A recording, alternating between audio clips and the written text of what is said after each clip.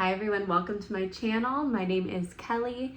Today we're going to talk about a holistic morning routine that you can do to start your day, optimizing your health for your mind, your body, and your soul.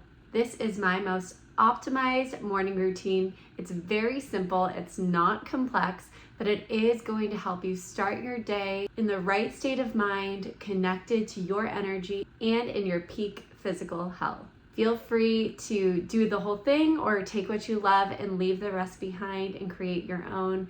It's up to you, but if you do want a really awesome checklist that I've created for this morning routine, you can go ahead and click the link in the description below and you can grab that checklist there. Before we dive in, please remember to hit the like button and click subscribe if you enjoyed this video and if you want to receive more content from me on a weekly basis. It really helps me out and it really helps me to keep my channel growing. So let's dive in. The first thing that you're gonna wanna do when you wake up in the morning is to make yourself a cup of warm or room temperature lemon water. This ensures that your digestive system gets going in the right way. Think about it. If we go throughout the whole night without eating, which typically we do, then after we've digested all the food that we last ate, we've gone into a state of basically fasting. So the last thing you want to do first thing in the morning is to shock your digestive system with something cold or super hot or food, right? It's gonna help you to feel better throughout the rest of your day. As you might know by now, our mental health and well-being is directly related to the health of our gut. So we wanna make sure that our gut is as healthy as it can be. And this is a great and simple way to do that. The next thing you're gonna do, if you can, is to go outside. All right, this is weather pending. You might not live in a place where it's sunny all year long, and even if you do, there's probably days where it's cold and rainy. So if you can, get outside and get some sun. That helps to improve our circadian rhythms, it helps to wake you up, and it gives you a nice boost of vitamin D. Now you can do the next steps outside if the weather permits. The next thing that I'm gonna suggest that you do is to meditate and do some breath work. So I love to start off my meditations with breath work, even just doing a few rounds of a wave breath, which I'll put the link up here, but even just doing a few rounds of the wave breath or the box breath or alternate nostril breathing can help you to start your day from a place of calm, from that rest and digest state of the nervous system versus, hopping into work, hopping on our phone, looking at social media.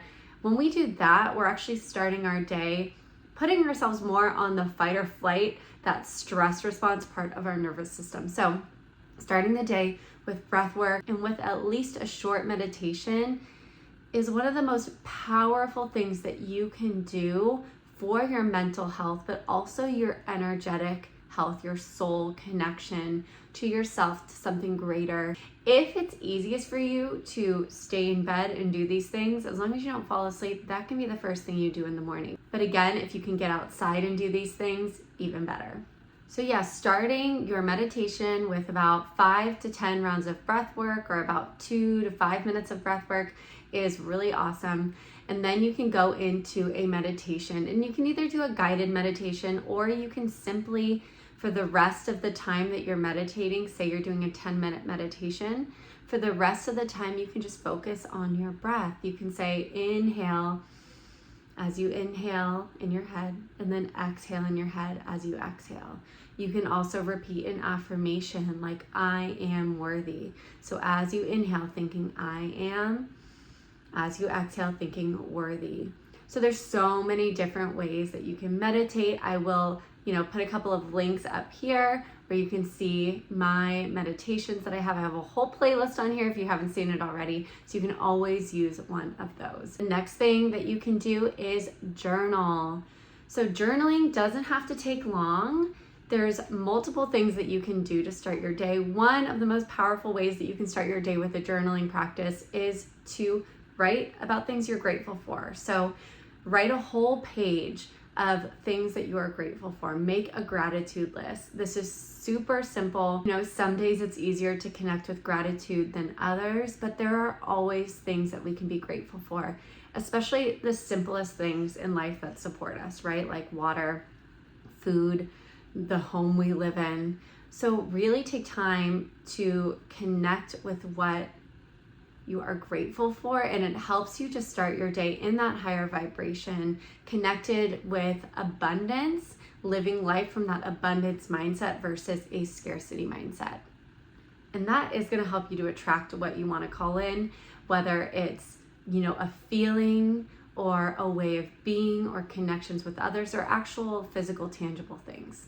Another great journaling practice that you can do is stream of consciousness journaling. This is extra powerful first thing in the morning, because when we are asleep, we're in that deep subconscious state.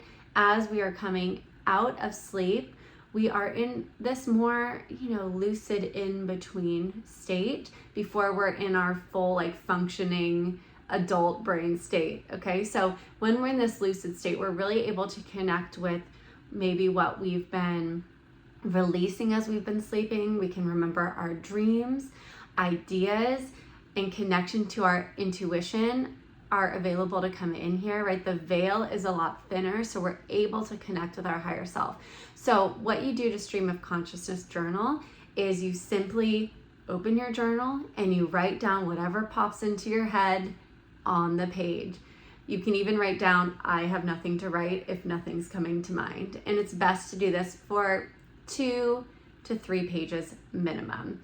And you'll find that sometimes when you first start this practice, there might be more negative things coming out on the page, right? There might be pent up emotions that you've been holding on to that are finally able to come out. So if it seems a little bit negative, that's great, because you're getting that stuff out of your system, okay? And you might find over time with this practice, your writings get a little bit more creative or a little bit more positive. It doesn't mean they'll always be that way, but generally that's the theme that I've seen in my life and in my clients' lives and in my friends' lives that do this. So stream of consciousness journaling is a very powerful practice that you can do. And if you do your stream of consciousness journaling and your gratitude list, this really shouldn't take more than 10 minutes. The last prompt that I'm going to suggest that you can do is your big 3. So it's the 3 most important things for you to do that day. So your 3 priorities. And when we write the big 3, we write down the things that are the most important that we get done.